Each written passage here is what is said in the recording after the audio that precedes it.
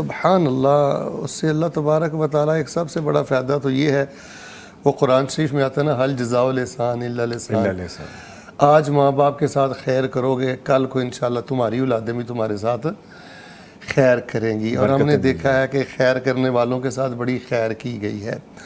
تو ایک تو یہ جیسے اپنے مکافات عمل ایک لفظ بولا ہے کہ اگر آپ ماں باپ کے ساتھ بھلائی کا معاملہ کرتے ہو تو ہماری زندگی میں ہم نے دیکھا ہے کہ ایسے جوانوں کو، بچوں کو اللہ نے بڑی خیر دی، باوجود کہ نظام صاحب وہ بڑے موٹے دماغ کے تھے، اتنے باصلاحیت نہیں تھے، لیکن اللہ تعالیٰ نے ان کے لیے بڑے خیر کے دروازے کھولے۔ دوسرا، اگر انسان سچے دل سے اپنے والدین کو اپنا محسن سمجھتے ہوئے ان کے ساتھ اچھائی کرتا ہے اور ان کے لیے خود کو کسی تکلیف میں ڈال لیتا ہے، اللہ نہ کرے کل کو اس پر کوئی ایسا ویسا وقت آ جائے تو اللہ تعالیٰ ماں باپ کے ساتھ کی ہوئی نیکی کی وجہ سے بندے کے لیے آسانیاں کر دیتے ہیں۔ مجھے وہ صحیح البخاری کا واقعہ اچانک یاد آیا، صرف اشارہ کرتا ہوں۔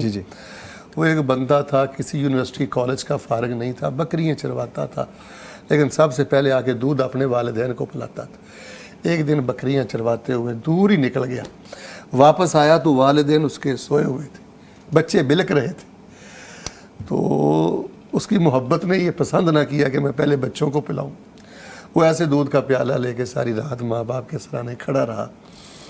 تو حدیث شریف میں آتا ہے کہ جب فجر طلوع ہوئی، والدین اٹھے تو اس نے سب سے پہلے اپنے ماں باپ کو پلایا۔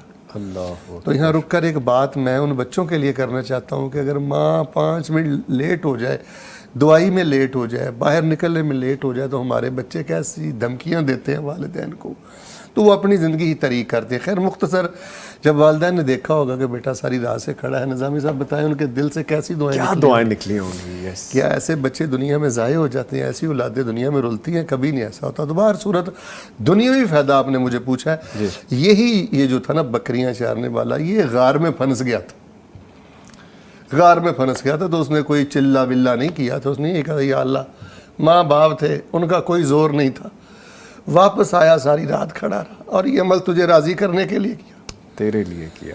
تو اللہ نے اس مشکل سے نکالتے ہوئے سلامتی سے پھر اس کو گھر واپس پہنچا دیا۔ ماشاءاللہ، سب سے بڑا پیر آپ کا باپ ہے۔ ٹھیک نظامی صاحب، سب سے بڑا پیر یہ پردے والی ماں ہے۔ ہمارے معاشرے میں سب سے بڑی خرابی ہمارے نوجوانوں نے اپنی بد زبانی کی وجہ سے، ہمارے نوجوانوں نے اپنی زبان درازی کی وجہ سے اور اپنی تیزی کی وجہ سے والدین کے دلوں کو غمگین کرتے ہوئے اپنی زندگیاں طریق کر لیں۔